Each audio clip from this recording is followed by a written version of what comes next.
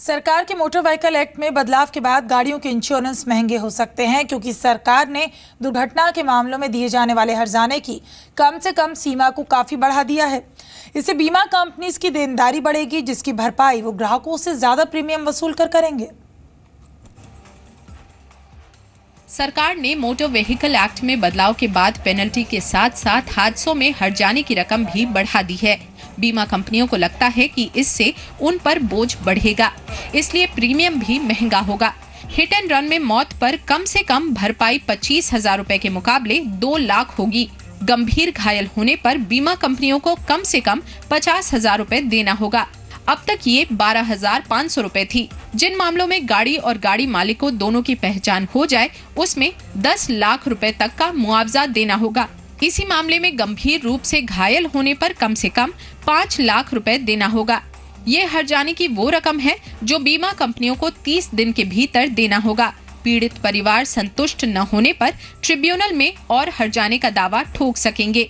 इस पे कोई टाइम लिमिट नहीं है कि कब क्लेम फाइल की जा सकती है। इसके लिए ये कहना बहुत मुश्किल होगा कि कब कितना क्वांटम और कितना देरी में क्लेम आएगा।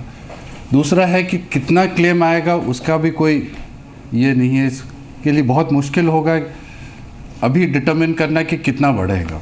कुछ तो बढ़ाना पड़ेगा बीमा की दर। बीमा कंपनियों के मुताबिक थर्ड पार्टी मोटर इंश्योरेंस हर्जाने के नए नियमों से 10 से 15% तक प्रीमियम महंगा होगा।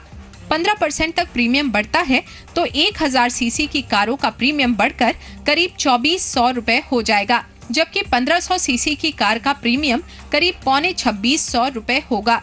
इसी तरह 1500 सीसी से ज्यादा की कारों के लिए ग्राहकों को करीब 7100 रुपए तक देना होगा।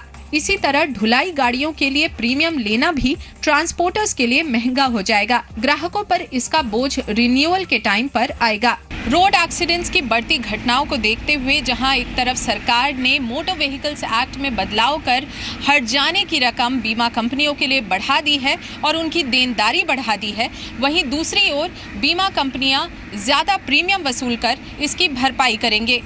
इंश्योरेंस कंपनियां जीएसटी लागू होने के असर से भी पॉलिसी महंगा होने की बात कर रही हैं, क्योंकि मौजूदा 15% की दर के मुकाबले बीमा कंपनियों को ज्यादा ऊंचे रेट पर टैक्स देना होगा।